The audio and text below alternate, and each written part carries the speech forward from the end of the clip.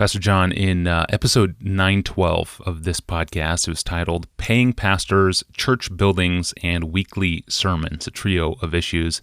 You skipped right over the question about house churches and meeting in buildings, and many savvy listeners wrote in to point that out to us. Nothing gets past our listeners. So do you have any particular views when it comes to whether or not the church should meet in house churches or in buildings? Okay, not a problem. I have views. I think the Bible has something to say. I'll summarize my view in 6 observations.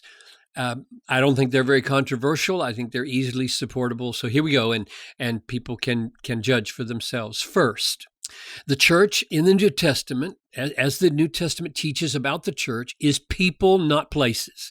The word church in the New Testament is a translation of the word ecclesia, which means called out ones or assembly.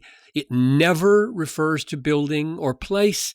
The English word church, it's an interesting word. Like, where'd that come from? Well, it came from the Old English kirk or kirk, like in the Scottish kirk, and it comes from the Greek kuriakos, which means belong to the Lord. So the word church means belonging to the Lord in its etymological origin, and could refer to a place or could refer to a people. So that's where the English word church comes from, and doesn't prove anything about where a people should meet.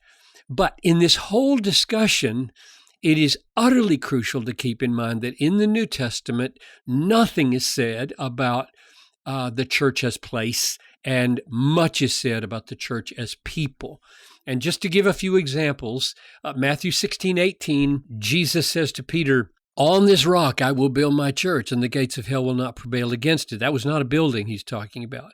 Or in Matthew 18:17, in church discipline, he says, when all private entreaties fail, tell it to the church. That doesn't mean talk to brick.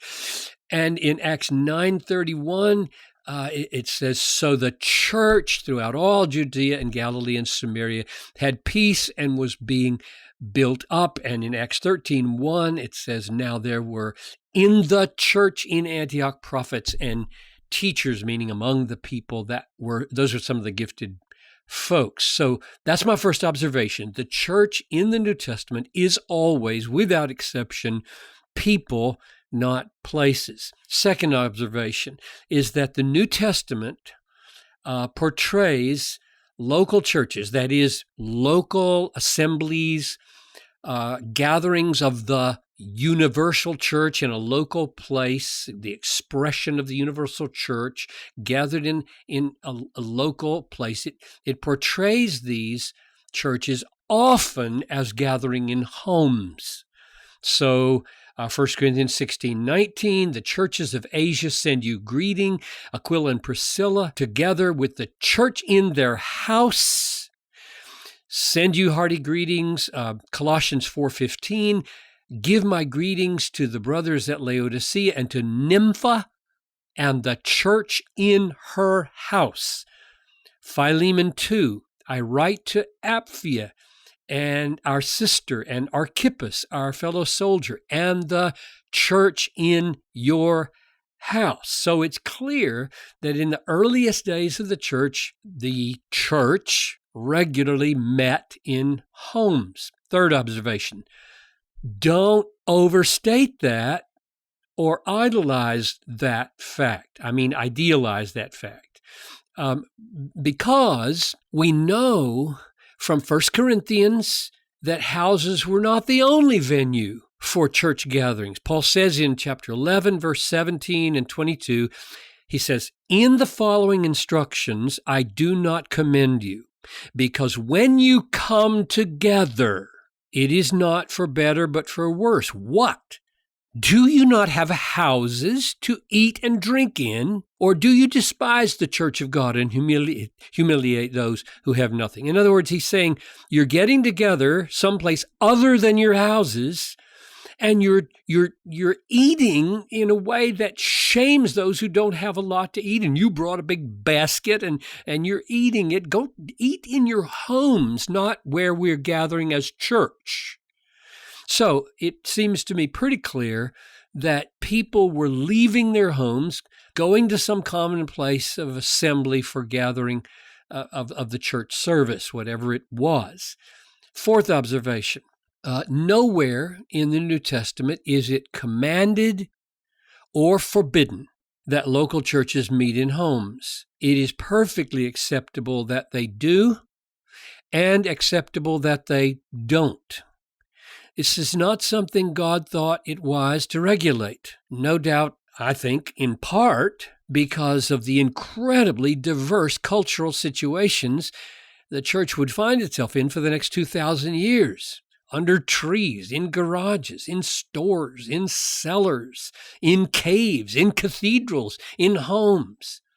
Fifth observation, therefore, in all of those differing cultural situations, leaders of the church should seriously think through and pray through the relative advantages and disadvantages of place and location, given the nature and goals of the church, whether they should limit their gatherings to homes or rent a space or purchase a space or build a space.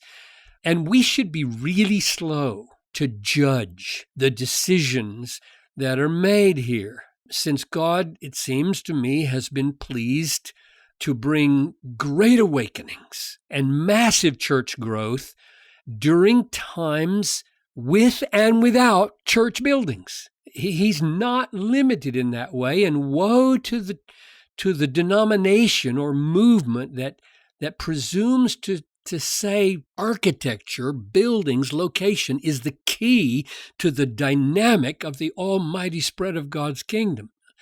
And the final observation is that whatever the limitations are culturally, I mean, it's pretty hard to get a space in downtown San Francisco, Vancouver, Manhattan, because you're going to pay $1 million for a tiny little place. And of course, I just read this morning as I was praying through Operation World that in Libya, there's a law that forbids any religious gathering over 6 people. Well, that's pretty limiting, and you don't have to obey that law since it's not biblical, but you might want to obey it and spread the gospel that way. So whatever the limitations are, culturally, financially, legally, it's a wonderful and fitting and helpful thing when local churches can find both small expressions of fellowship and mutual ministry, one another ministry, and larger gatherings for worship and encouragement and witness. And I think it's significant that Acts 5:42 says, every day in the temple and from house to house, they did not cease teaching and preaching that Jesus is the Christ, which seems to imply that there was an early sense of need that there be both larger and smaller gatherings. That's so good. Thank you, Pastor John, for addressing house churches for us today. On Monday, we return. I'll ask John Piper, what does it mean to pray without ceasing?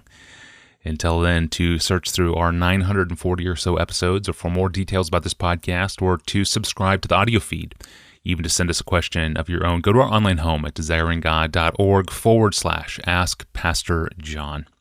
I am your host, Tony Ranke. Have a great weekend meeting together with the gathered Church of God, whether that happens to be in a house or in a building. We'll see you on Monday.